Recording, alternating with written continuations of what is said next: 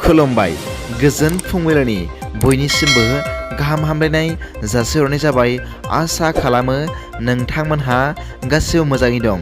बे समाव आं नोंथांमोननि सिगाङाव फुंबिलिनि मोननैसो खौरां लाना फैलायबाय। अन्नानै भिडिअखौ स्किप खालामाजासे जोबजासिम नायलांदो। दिनैनि फुंबिलिनि मोननैसो खौरांफोरा जाबाय। गिबि रादाबाव दं गोजोनथाव खौरां। बावैसो बिटरनि तामुलपुराव जानानै थांनाय ब्रैथि एशियान ख'ख' चेम्पियनशिप 2023 नि फाइनालाव देरहासार जानाय भारतनि आइजो हानजाजों लोगोसे गेलेफानो हानाय तामुलपुर सहरनि थागिबि रन्जना स्वर्गियारिनो बिटिआरनि चिफ प्रमद बर'आ 10 लाख रां अनसुंथाइ होनो थाखाय फोसावबाय होनना मिथिनो मोननाय जादों। नैथि रादाबाव दं गोबाव सम एपिएससिनि साख्रिनि मुङाव रां लानानै साख्रियाव थिसनथाइ होनायनि दायाव हमानि जेलाव सोनानै दोनजानाय आगुनि आसाम पाब्लिक सार्भिस कमिसननि चेयारमेन राकेश पालखौ मैया 22 मार्च खालि हाइकर्टआ हगारनानै होनो थाखाय गनायथि होबाय होनना मिथिनो मोननाय जादों।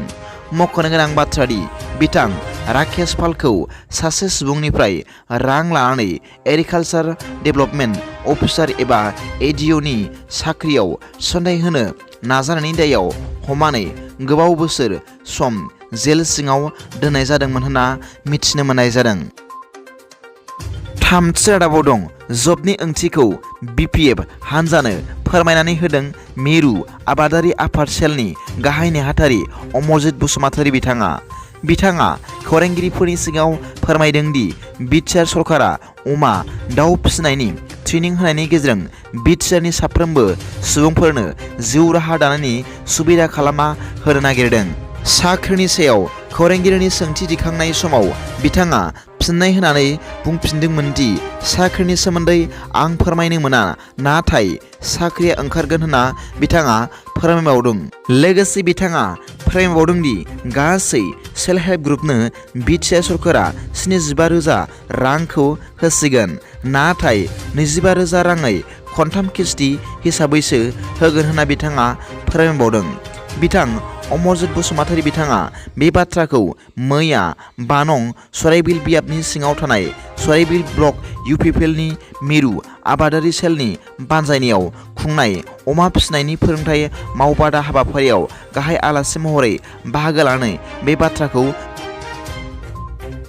ब्रैथि रादाबाव दं सालाकाथि दख'रा एबसुनि मोनसे थान्दै हानजाया सालाकाथि एनटिपिसि वाइगावनि सिजिएमजों माखासे गोनांथार आयदाखौ लानानै सावरायनायजों लोगोसे गोसोखांलायबो गथायदों। मिथिनो मोननाय बादिब्ला क'क्राझार जिल्लानि सिङाव थानाय सालाकाथि दख'रा दुलाराय बर' फरायसा आफादनि आफादगिरि दुलाराय नार्जारी दैदेननाय मोनसे थान्दै हानजाया मैया गोनांथार माखासे आयदा फारियै गोदानै लुफुंबाय थानाय एडमिनिस्ट्रेटिभ बिल्डिंआव बर' हांखोजों लिरनाय गोदानै लुफुंनाय एनटिपिसिनि आलासि जिरायग्रा न'ब्लांखौ बड'लेण्ड सोमावसारनायनि गिबि मुंख्लं सुजित नार्जारीनि मुङै खालामनाय। बेजों लोगोसेनो आरोबाव गोनांथार सावरायनाय एनटिपिसि वाइगाव मुंखौ सोलायना एनटिपिसि क'क्राझार एबा एनटिपिसि सालाकाथि मुं होनाय आरो लांदां जाना थानाय मासिफोराव मानसि थिसननाय बायदि माखासे गोनांथार आयदाखौ लाना मैया चिफ जेनेरेल मेनेजार करुणाकर दासजों सावरायफैदों, लोगोसे गोसोखांलायबो गथायदों होनना मिथिनो मोननाय जादों।